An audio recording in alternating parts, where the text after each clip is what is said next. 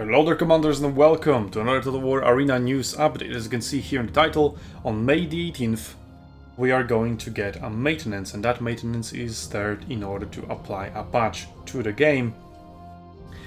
And the maintenance is scheduled to be between 18 to 18:30 p.m, which is kind of weird because usually they do it early in the morning to not disturb players. Here they do it right in the middle of Chinese prime time, assuming that is the Chinese time. Then for us Europeans it would be early morning to, or late morning to early afternoon, depending on where in Europe you are. And for you in America, that will be somewhere in the middle of the night. But that's not that much important. What is more important are the actual patch notes, which we already got. At first I thought maybe those were the lost patch notes that they should have posted yesterday when there was a maintenance. But no, that maintenance was its own thing apparently, and the separate maintenance is there for the patch in 4 days. And as you can see, this was published after the patch notes, so that's why I initially thought that. It's like, oh, there was a patch yesterday, they just didn't tell us the patch notes. But no, that patch is coming in 4 days, and then 40 minutes later they told us, yeah, that's the, like, on May 18th. Anyway, let's get into the patch notes themselves. We have update summary, patch 4.17 of course, enhance the value of premium accounts, I guess that's nice, interface update, balance adjustment commander unit, and they have teased Kenane nerfs, so yeah, definitely looking forward to that one, huh? And then problem fix. Anyway, enhance the value of premium account. Premium account rights have been upgraded. The premium account package for 7 days and above comes with extra general trial tokens. They have honestly quite a low value because, well, you just get to try out a commander for 3 days, I think. Yeah, 3 days. And then you have to buy him anyway for the same price. So, well, it's nice for new players who want to check out a commander and literally just try him, but that's it. It's just a trial. So not much actual value behind it, unless you have a daily on a commander and you don't have that commander, so you use trial token to do a daily on that commander, and then that gives you 5,000 unit XP or something. But those are quite rare cases, I imagine. Anyway, give extra rewards to all team members. Now I wonder what that means. Is that if you play in a party, that gives you, like, it gives your party, even if they don't have premium time, it gives them bonuses? That would be pretty neat. Would incentivize people to play in parties. Something that I definitely encourage myself. Especially if you want to play ranged units, by the way. Don't play ranged units solo. Public service announcements. Or is the actual all team members, as in all 10? I wonder how that would work. Well, they don't really specify the details here, so maybe once we get into the game and actually read the description, that's when we will find out. And anyway, we have unlock special missions for premium accounts and get more rewards. So I guess those are the daily missions. They have added a few new types of daily missions, and those new types that should be more rewarding will only be available to you if you have a premium account active, or active at the time of receiving that mission. We'll see. Second, the interface update.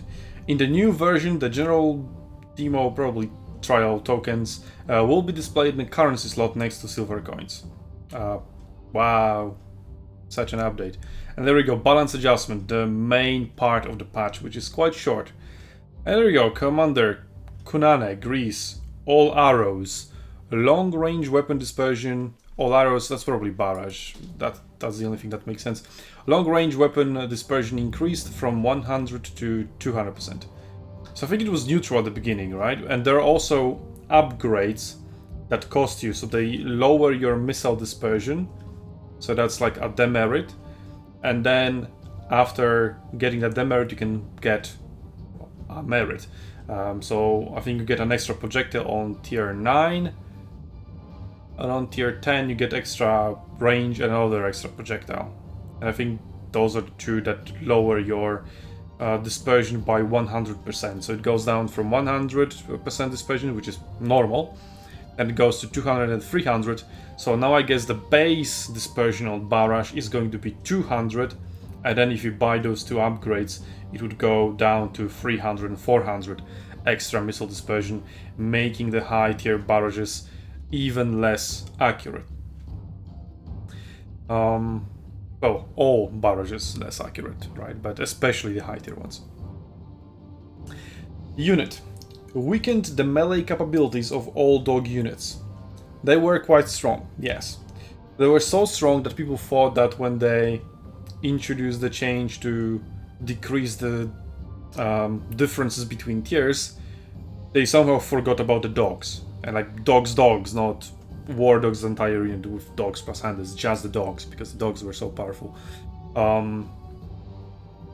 Especially after dogs have received quite a significant nerf in the past, when they reintroduced the fact that dogs are no longer immune to strikes, because at release they were not immune to strikes. Then developers realized that that strikes absolutely devastate dogs, so they made dogs immune to strikes, and that made dogs somewhat balanced instead of just being a joke unit. And then they reintroduced the fact that strikes hit dogs, and when they reintroduced that, dogs have come back to the joke unit tier. But then, with the change of the matchmaking, dogs suddenly were super good, and they were able to beat pretty much any infantry unit 1v1. For example, if you play Germanicus, if you did not use Vengeance, you would lose a 1v1 to dogs, even if you used strikes. That's how powerful the dogs were. So yeah, we had a pretty strong theory that they just forgot to nerf the dogs when they nerfed literally everything else. Whether that's true or not, I don't really know, because I haven't really looked at the numbers, because that's not my thing. But yeah, the combat performance suddenly skyrocketed somehow. Or maybe I was just not aware of it. Let me know in the comments below what you think about it, if you play the dogs more often than I did. Okay, so the melee capability of the previous War Dog unit was too strong. The new version will weaken its melee capability by about 30%. And it's kind of weird that they do not give us the numbers. Usually, like for example, 2 patches ago, 4.15, they buffed all Javelin Men units, and they told us precisely the numbers. Like, this Javelin Men unit at tier 4 gets this much range now, like range went from this to this, and armor piercing damage went from this to this. And they told us the exact numbers for every single unit. Now, they don't. And now we have reduced the total damage value of all high-level ranged units, so high-level, high-tier. The damage value range of the previous high-level units is too large. The new version has reduced the range of the range. I really don't want to make this joke pun, but the only thing that is deranged is the developers, apparently. There we go, that's my jab at them. I mean, again, it's a dilemma, right? Because the general perception of an average player who does not understand the game is that ranged are OP, but as soon as that person realizes that all I need to do in order to make ranged useless is walk forward, and suddenly the problem goes away. But I'm still a melee player, and I don't want to use pesky range to deal damage to me while I cannot touch them. So nerf them. Even more, even more, even more, even more. And there we are. Yeah. It comes to a point where I can have an absolute beast of a game as an archer player. I'm doing pretty much everything perfectly, but it's still not enough to carry my team. So I don't know, if I were a cavalry player, or an infantry player, or an elephant player, if I did everything perfectly and outplayed multiple opponents like I do on ranged units, I would have easily carried those same battles. But because I was ranged, and ranged do not have the ability to carry battles, well, too bad. And now it's even worse. And tier 10 archers were pretty much the only archers that had some acceptable levels of damage, that dealt more than just AP damage to certain units, because all other archer units have such a low damage numbers that they only deal AP, no matter what they should, just AP, AP, AP, AP, AP. So yeah, that's pretty bad. And now it's worse. So good job developers on just pandering to the average noob player that you want to keep in the game. I would like to assume that's what you're doing, rather than you being completely clueless about how weak the ranged units are. So there is that small hope in me, and I guess it's a coping mechanism of me hoping that, you know, the reason behind these nerfs is different and somewhat noble, rather than just pure lack of knowledge about the game. But to be honest, with what I've seen, it might be the second thing, or both. Anyway, fourth, the problem is fixed. Great.